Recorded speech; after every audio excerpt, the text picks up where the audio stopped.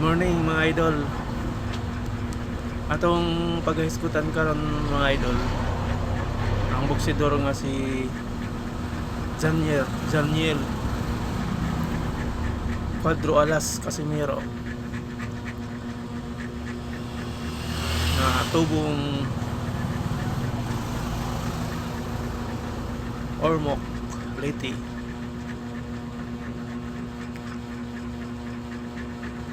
Yung si Janiel mga idol, isa sa mga idol ko sa larangan ng boxing kasi may skills, parang all tatawagin natin na all-rounded boxer kasi magaling sa timing, malakas sumuntok, at magaling sa distansya. Kaya nga isa siya sa mga idol ko sa larangan ng boxing mga idol. Kung itong si Janiel Casimiro mga idol, matagal na yun gustong makalaban niya si The Monster Naoya Inoue, pero hanggang ngayon hindi pa sila naglaban. Pero may chance na maglaban sila mga idol. Ang parang ginawa nila sa team Casimiro na maano sila sa ranking sa boxing, para maging number 1, para maging number 1 mandatory ni Naoya Inoue. Kung sa akin lang, kung maglaban sila, sa tingin ko,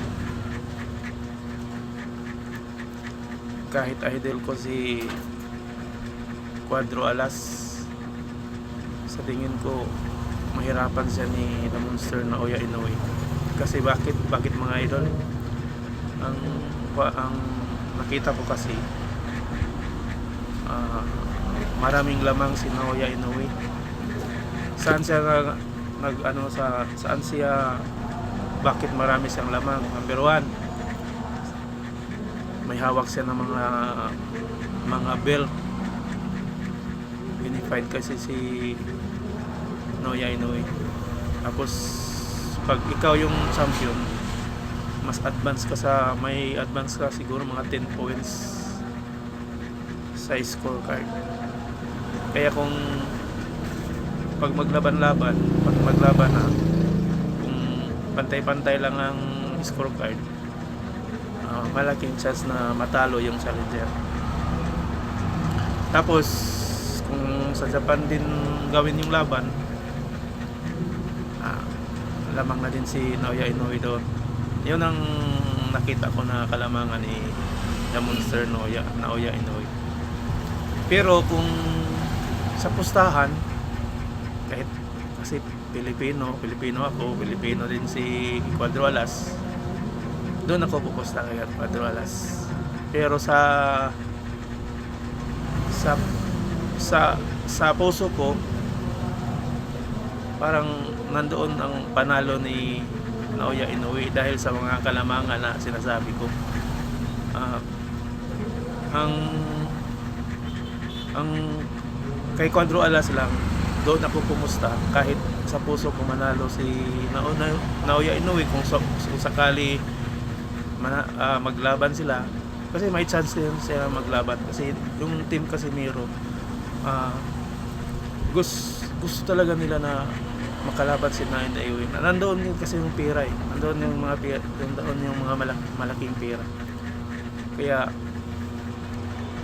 yung team Casimiro naghahanap yun ng paraan na balang araw magkalaban yun sila ni Naoya Inoue.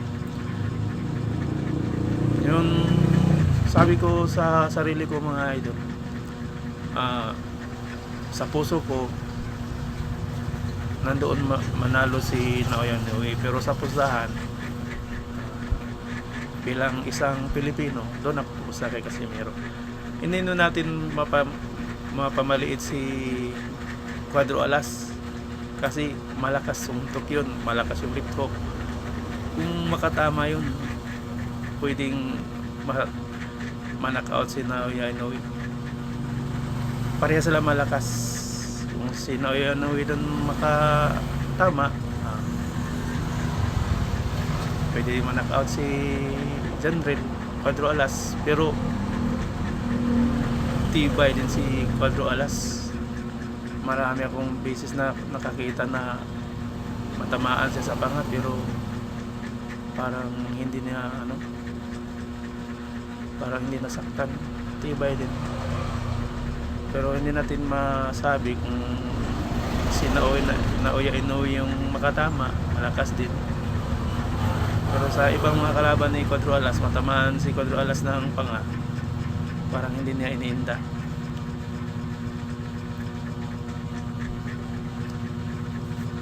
Sige mga idol, salamat sa panonood.